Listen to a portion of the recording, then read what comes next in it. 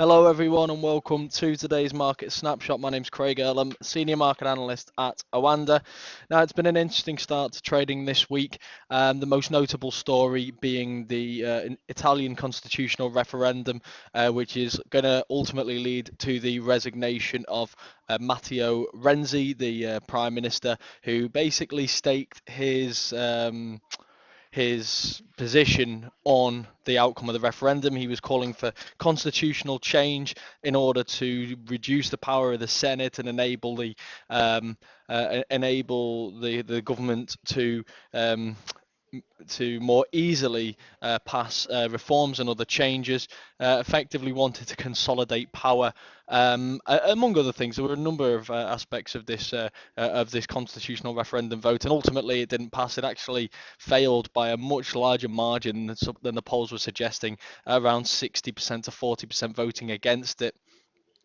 What this now means is that we're likely going to have the resignation of Matteo Renzi. We're likely going to need to have more elections again next year. That creates more political instability. I think it's going to be a rough year for Italy now on the back of this, because you've got political instability on the bank of financial instability, with the banks having huge numbers of non-performing loans, around a third of the total in Italy's 14 largest banks. And I think this does just create another bout of concerns for the euro area as a whole, because as much as this was a vote against the constitutional referendum, this was also an anti-establishment vote to an extent, not entirely, but to an extent as well. The no vote was heavily supported by the Five Star Movement, as well as other anti-establishment groups. And what we're now going to have is an election in which point someone like the Five Star Movement, who've promised a referendum itself, a non-binding referendum, I should say, on membership of the euro area. This does just suggest that there is potentially more instability to come further down the road. And like I say, it's just excuse me, it's instability that I think many would agree that Italy would want to have avoided, although that in itself isn't a reason, of course, to vote for the referendum to pass. Clearly, there's a large majority here that did not agree with all the aspects of the proposed changes, which is why it failed so miserably, and therefore ultimately led to the resignation of Renzi. Now, earlier on in the session, we can see that this did cause some instability. We did see heavy selling early on in the European futures ahead of the open. We saw a similar bout of weakness in the euro overnight. You can see here, this was around 10 o'clock when the markets opened last night, when it became clear that Renzi was going to had conceded effectively on the referendum itself, and you can see that it fell from around 106.65 and it got all the way back to 105. This is a 20-month low for the euro against the US dollar. Let me just stretch this out on a daily chart rather than an hourly chart. It'll be a lot easier. You can see that we fell here to a 20-month low, the March 2015 lows, against the US dollar, but we did see a very strong rebound. Now, this seems to be another case of what we saw following Brexit, which took a few days, following the US presidential election, which took much shorter time than that, and it seems that we've seen again the same thing today. On the US presidential election day, we saw a big sell-off, a big risk-averse driven sell-off when it became clear that Donald Trump was going to secure the victory, but we saw that rebound on the same day, and that's what we've seen today. We've seen this big sell-off earlier on in the session, but we've seen a strong desire to buy these dips. We do seem to be in one of these buy the dip markets now, even if the actual logic behind the buy the dip mentality doesn't necessarily seem to be that solid. There just seems to be this very strong buy the dip mentality right now, and who's to argue with why these things are happening? The fact that they are happening is the most important thing. So we've gone from hitting 20-month lows against the dollar to now trading at or around 3-week highs against the US dollar, trading up around 107.23, near to the day's highs. I think most importantly, though, we're still trading within this range, this 105 to 107.50 range, and if we see a break above here, which looks possible if we look at the 4-hour chart, we are trading, like I say, we've taken out this resistance level around 106.85 to 107. It looks like momentum is potentially still with this move higher. As you can see here, momentum still growing as we've rallied higher. So I'm not seeing any particular reason why we're not going to see these 107.50s eventually broken. We may see some consolidation first, but I think this is looking a little bit bullish at this stage. The fact that this Italian referendum can pass, can fail, can be seen as an anti-establishment vote, can be seen as destabilizing, and yet the euro rally. I think that says a lot about two things. It says a lot about the strength of the euro in the short term, but I think it also says something about the oversold nature potentially of the US dollar, and therefore the potential for it to see some weakness in the short to medium term. If we do see a breakthrough here, then I think this 108 to 108.50 level becomes key. This is a prior level of support and resistance, and it's also here where you can see the 200 and 233 period simple moving averages on the 4-hour charts also coming into place. I think that's the next level to the upside. If we fail at this 107 to 107.50 and we see another move lower, then it would suggest to me that we are going to stay range bound for a little bit longer yet. Sticking on the theme of the euro against the pound, we did see again, we saw the pound strengthen in the immediate aftermath of the vote itself. We came back towards the 200-day simple moving average, which coincides with the prior zone of support before catching a bid again around 83. We have rebounded higher. We continue to trade in that descending channel as well. But again, if we look at the, well, we did break so below here, we are now still within this channel. I think around these 84.50 is the next notable level of resistance. Prior zone of support here, as you can see on a few occasions. If we break through here, then we could be looking back towards the top end of this channel. But again, on the 4-hour chart, the top end of this channel, we do see the 55 and 89 moving averages coming into play to provide additional resistance here. We have broken below this level. We found resistance here once. So that would suggest we may see resistance here once again should we get up to that level. I will be interested to see, let me just get a fib retracement on here. Given the fact that we are in a clear downward channel, so we are in a clear downtrend here. You can see that the 50% and 61.8% Fibonacci retracement levels form around this prior zone of support, so that makes it an increasingly important zone of support as far as I'm concerned. So I will be looking for a potential rotation back to the downside between these levels. Next up, let's look at the euro against the yen, which we actually had a request for on Twitter. So let me take a look at what we've got here. Again, this continues to look bullish for a few reasons. One, of course, we are trading above the cloud. That's the most important thing. Secondly, we saw the little bit of the little move between 200 and 233 day simple moving averages on the rise. It's found resistance on 233, followed by support on the 200. That's a bullish move in itself, and we have seen it rally above here.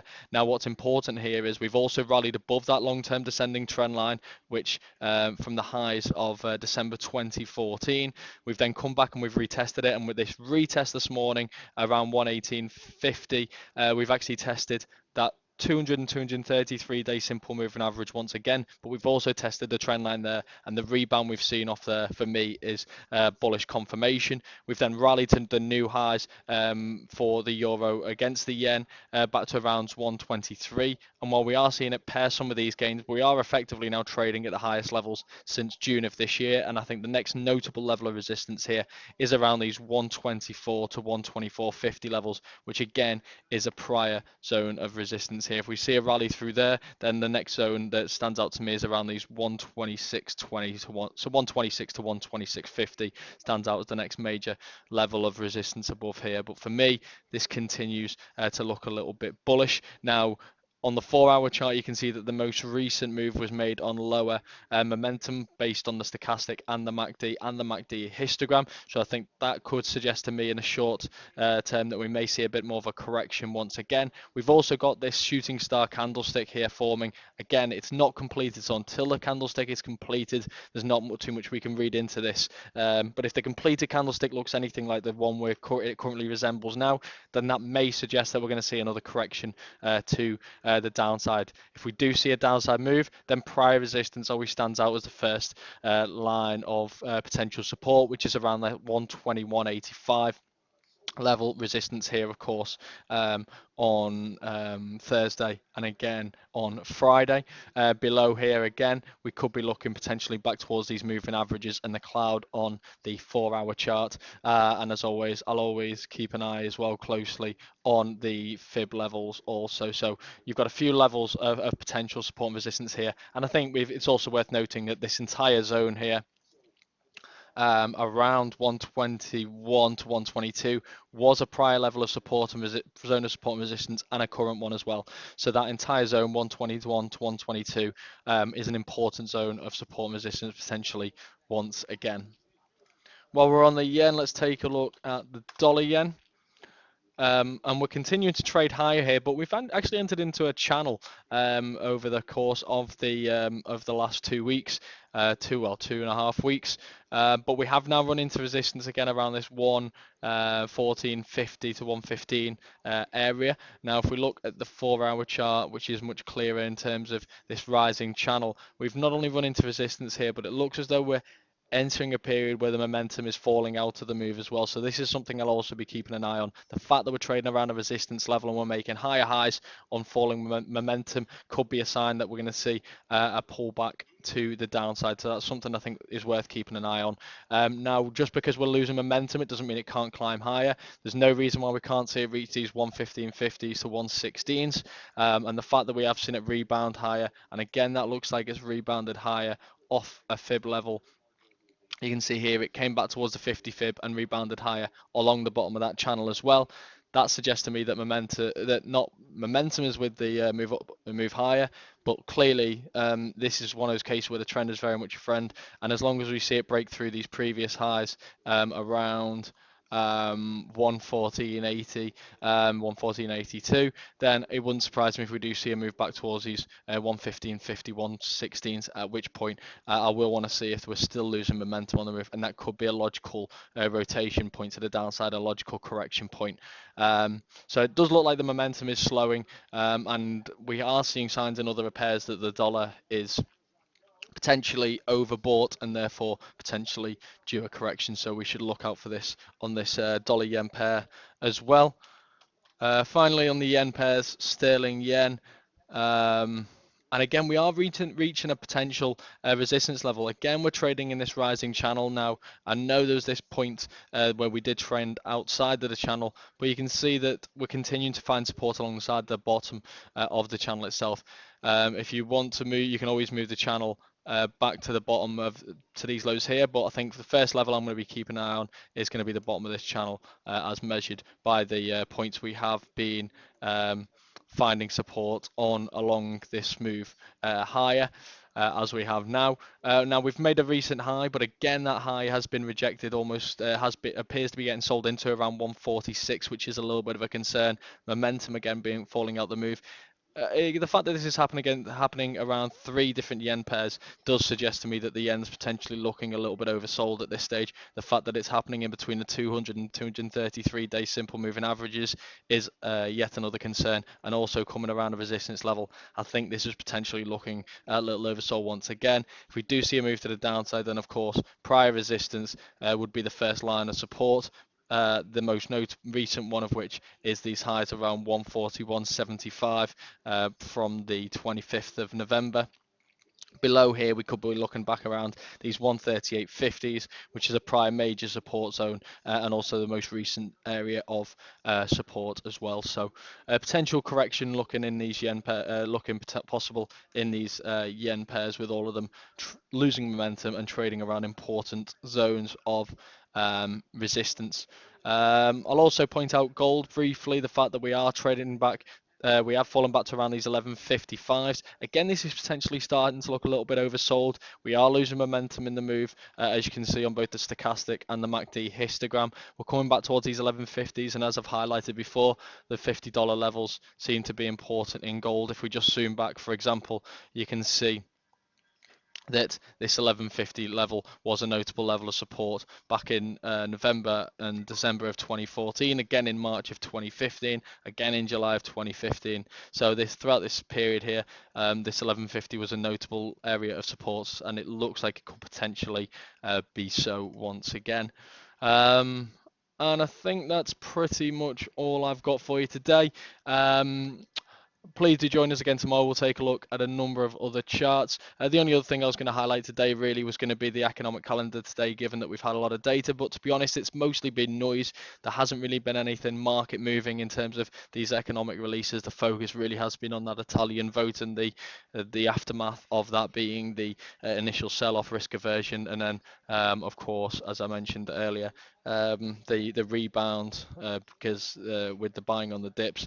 We've heard from 3 Fed speakers today. We are entering the blackout period now with the Fed meeting approaching next week, but there's been no new comments from them. Worth noting that William Dudley and Bullard are voters at the next FOMC meeting. We haven't heard from Bullard yet, but there's also Charles Evans, who takes over the reins as an FOMC voter next year. But again, the comments are broadly in line with everything we're hearing. I think December still appears very much on the cards, and that's the impression in which we got from these comments today. And Charles Evans maybe a little bit more dovish than some of the other Fed policy makers, but appearing more cautious as opposed to actually not wanting any rate hikes down the road. I think he's just going to be one of the latter people to vote in favour of a hike rather than anyone outright objecting to it. So a lot of data today and a lot of economic events, but as it turns out, most of it was pretty much just noise.